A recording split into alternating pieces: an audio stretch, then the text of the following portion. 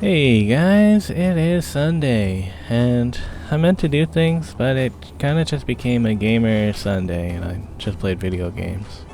So yeah, gonna show you guys some Fortnite, everybody's favorite, right? Yeah, again, if you're not into the video game stock, just turn off the episode, that's all it is. But yeah, Fortnite, they're doing a Simpsons collab season, I guess, you know, Fortnite. It's kind of the McDonald's toy of video games, it would seem. So, there is like a storyline that like happens between the seasons, and I don't know, I guess the aliens from The Simpsons mix the reality of the Fortnite Island in Springfield. So now, Fortnite is just Springfield.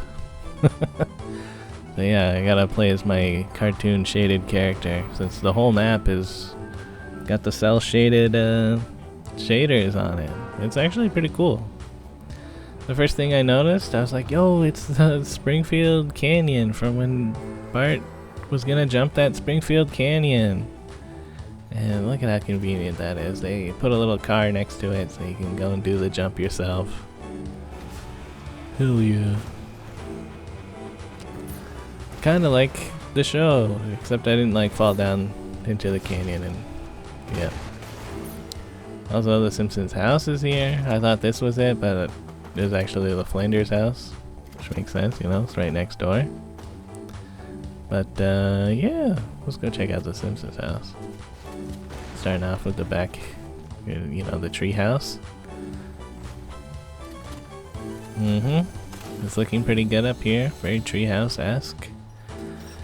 And the couch, you can sit on the couch, but my internet is like being weird, or I don't know, maybe a lot of people are playing the game or something, so I didn't sit on the couch.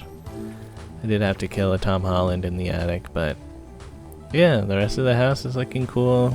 You got the garage here. There's no basement, unfortunately. It's probably like a limitation of like the small spaces in video games. It's kind of weird to have a small hallway. They did kind of have the rumpus room. I like that. Sometimes there's like a screened in back deck area that's like rarely in the show, but you know, a bathroom over here kind of makes sense. So yeah, you guys can explore more of the Simpsons house on your own. I guess, like, do you guys have nostalgia for The Simpsons? It's kind of weird to have nostalgia for a show that's like still making new episodes. But who really like gives a shit about the new episodes? You know, it's like, do I care if like Bart became friends with like the Costco guys? Like, no. Was Billie Eilish in the show? I'm pretty sure I remember hearing Billie Eilish was in. Oh yeah, across the street. This looks like when George Bush maybe moved in across the street from them. Remember that, guys? From one of the seasons between 1 and 8? Maybe. Of course, Jebediah Springfield statue missing its head. That was a classic episode. Moe's Bar. Yep. And I thought this was the Quickie Mart, but it's the Krusty Burger.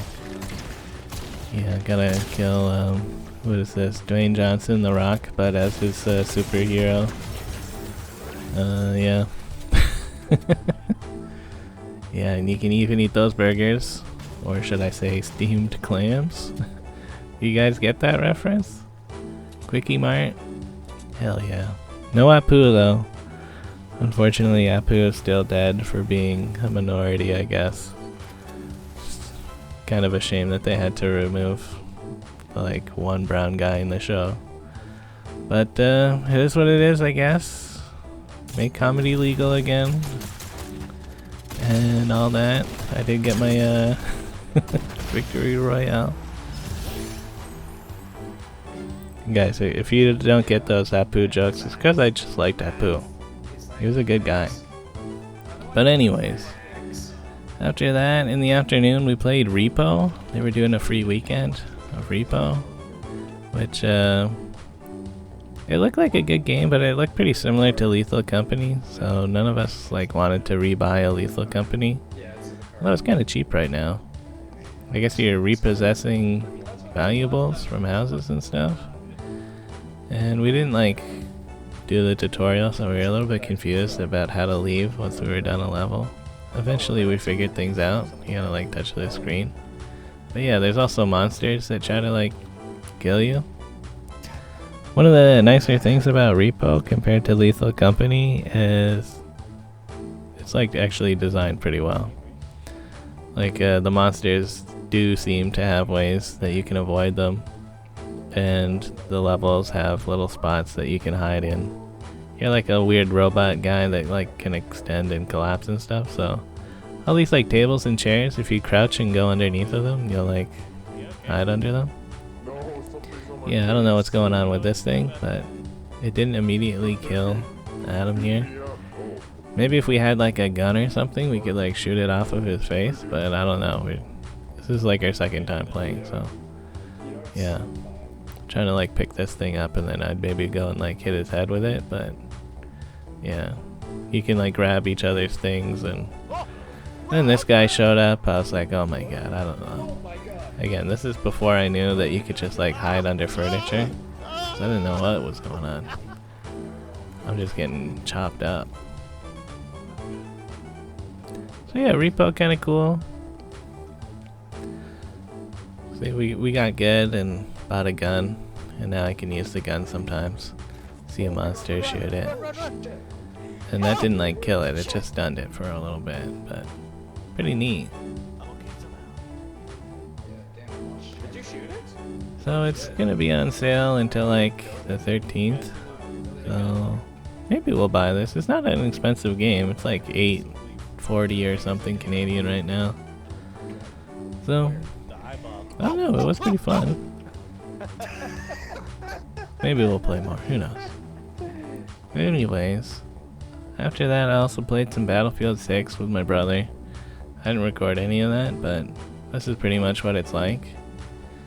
So yeah, Battlefield 6, it cost $100, which, I mean, like, I like Battlefield, but $100? I don't know, guys. I don't know if I like it that much. So they've released this RedSec mode, which is their battle royale, and it's got like some Call of Duty elements or Battlefield elements, I guess. It's more like you have objectives and you can respawn in this mode. Like, takes a while, but I don't know, I was like not having a great time with that. And yeah, in the evening I played Musa Lisa, I think it's called. It's described as like an immersive sim kind of game. You get guns that all do different weird things, and the levels are random and the guns are random that you bring into the thing. Basically, you're trying to touch these fruits and then get out of the level. So if you're like watching this probably doesn't make any sense, because why would it? All the guns are weird. But it was neat. At first it was like, what the fuck? How is anyone ever supposed to do any of this shit? But sometimes you get lucky and like get good weapons and stuff, and sometimes you don't. The platforming, it is mostly a platforming kind of game. Like, I used some of these things when I was playing with Max, and you know, that's how I kind of know what some of them are gonna do. And like, sometimes you can get away with like weird jumps like that. But yeah, Musa Lisa was actually a pretty neat game. This one, it is like a $10 game, it's not on sale.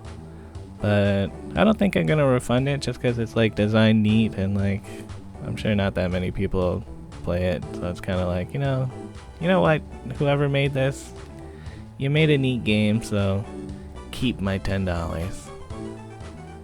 So yeah, that's more or less it for gaming today.